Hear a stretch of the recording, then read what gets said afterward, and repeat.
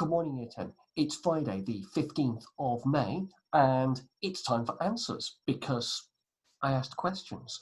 I have to say, this week wasn't as successful as last week. I had an even number of respondents, which meant that sometimes answers were evenly split, and therefore it was impossible to work out who got what. However, I can tell you the scores on the doors on my handy-dandy piece of paper is 15. Not our greatest week. However, you need to know what the answers are to understand what those marks mean. So, as per standard, I'm going to go through the answers, we'll briefly discuss them, and then you'll know whether you put your right answers in. By the way, the two heroes this week are Reese and Toby. Thank you very much to both of you. You got the lion's share of the correct answers. Bad YouTube moment whilst I peer around looking for the right screen to share. Really what I should do is pause. One day I'll learn, but today is not that day. So here are the answers. Question 1 was, airline Virgin Atlantic plans to cut 3,000 jobs and stop operating from the UK's second busiest airport. Which one was that? The answer was Gatwick. Apparently this was a shock announcement after rival British Airways said that it could not rule out closing its Gatwick operation. Pilots Union BALPA described it as devastating. Many airlines have been struggling as the coronavirus pandemic has brought global travel to a virtual standstill. The airline currently employs a total of 10,000 people, so that would be about 30% of their workforce being taken out. So that's interesting. But, and here's the thing, we were talking about environment before all of this began, and one of the key industries that causes one of the biggest problems is airline travel. Now, I don't know about you, I rather like the idea of being able to fly places to go on holiday, but perhaps that was unsustainable. So make of that what you will, I don't know. I need a shave as well.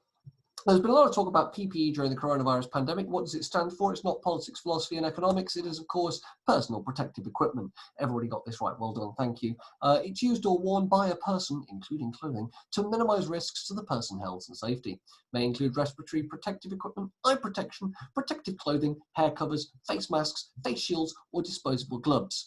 Or, you know, playing live and let die as you visit a mask factory. No, wait, that was just Donald Trump.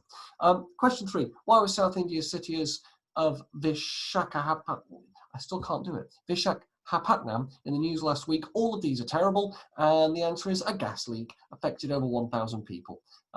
It's owned by a South Korean company in southern India. Interesting we hear about a South Korean company doing something bad. At least 11 people died and 1,000 were left struggling to breathe. The leak was suspected to have come from large tanks left unattended because of the strict coronavirus lockdown over the past 6 weeks in India. Question 4. What is the name of this famous British leader from the past who emulated Mussolini? It was, of course, Winston Churchill. He was Prime Minister of the United Kingdom from May 1940 to July 1945. He failed upwards. More on that, he used to go around until year 12, when he led the country to victory in the Second World War. Kind of. And again from October 1951 to April 1955. Though really he kind of quit in 1953 for health reasons and the fact that he had a stroke. Also, he didn't lead us to victory in those years, though it's interesting the way this is phrased. I don't think it's deliberate, I think it's just poor editing. Question 5. Which of these events was celebrated by the royal family recently? Of course, it was all of them. Apparently, it's been a very busy time for royal households. Question 6. The world's largest hornet is a murder hornet. It's the Asian giant hornet and has an appetite for honeybees, and their stings are big and painful, with a potent neurotoxin. They can sting through beekeeping suits, and multiple stings can kill humans, even if they are not allergic. True or false? Research in the US has found obese COVID-19 patients are more likely to need treatment. Well, yeah, it's true. Particularly for those aged under 60. The US Centers for Disease Control now lists people who are severely obese as being at a higher risk of complications. That stands to reason. Question 8 is, of course, Banksy. He's a mysterious street artist and he's paying tribute to healthcare workers, depicting a child playing with a new favourite superhero, a nurse. It's been donated to the Southampton General Hospital and will eventually be sold for charity. Banksy has also hit headlines for creating one of his works at home during lockdown. It features rats running riot in his bathroom. They're stuffed. Question 9. Just days after being named as a billionaire by Forbes magazine, Kanye West has spent an incredible amount of money on buying his childhood home. Oh, bless, that's quite sweet. Kanye's late mother, Donda West, bought the home in Chicago's South Shore neighborhood in the early 1980s and sold it in 2004. The house is in need of a lot of repair, and West has not announced his plans for it yet. Though, to be fair, we'd all buy our homes if we could. Question 10. Which country is the UK dependency of Jersey closest to? It's not Ireland. Sorry, Toby. It's France. Wait, was that you, Toby? Hang on. Question 10. It was. Sorry, Toby. It's France, not Ireland. There you go. Who has named their newborn son? This weird collection of letters. It is Tesla boss Elon Musk. Because of course it is. His partner Grimes recently welcomed this child into the world. Musk said the name is pronounced just the letter X, and then the A is pronounced Ash. A12 is my contribution. Coolest plane ever. I disagree, it's the X50. Question 12. What is the name of this famous landmark that's set to reopen to visitors? It is the Acropolis in Athens. The Greek government said the Acropolis and other ancient sites in Greece will reopen on May 18th, and museums will end their lockdown on June 15th. And that's because they've had a shorter lockdown, but they started before we did, and with fewer cases. So I guess they've passed the peak and dropped quite significantly in the terms of number of new cases and number of new deaths. We do not know the official number of cases in the UK. Testing has not been done of everybody that may have coronavirus, and therefore our case numbers are unreliable at best. Question 13. Who has been exchanging military fire? It's North and South Korea. A tense border, and it's the first instance since rivals took unprecedented steps to lower frontline animosities. Doesn't surprise me. Why has Harry Potter star Daniel Radcliffe been in the news? He's recorded himself reading Harry Potter for a new lockdown reading initiative. What a good egg. He's delighted fans by returning to the world of Harry Potter to record himself reading the first chapter in a lockdown reading initiative, Harry Potter at Home. Oh. Question 15. What is VE Day? It is, of course, the date when the Nazis surrendered. Victory in Europe Day. Towards the end of World War II or the Second World War, but I guess the Americans get to name that one because they did win it in the East. Well, the Far East. It was won in the West, of course, by the USSR, who crushed Nazi Germany. Not the end of World War II. Imperial Japan was not defeated by the Allies, well, mainly the Americans, until August 1945 after they dropped 2 nuclear weapons on them. Which country is this flag? I knew it was familiar. It is, of course, Cuba. True or false, an American court has made a historic decision to award the US women's football team equal pay. It's false. They threw it out. They lost. Which Premier League team is the target of a controversial takeover by Saudi Arabia's public investment fund? Is it Newcastle? It is! Hurrah! My accent wasn't in vain.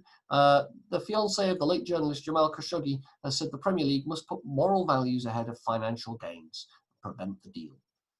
See how that goes. Hafthor Bjornsson. How much of the floor did he rip bodily and then hoist aloft? It was 501 kilograms, of course. He played Sir Gregor, the Mountain, Clegane in the HBO series.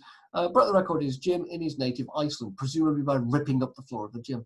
The strongman lifted the barbell for 2 seconds before dropping the weights and roaring in delight.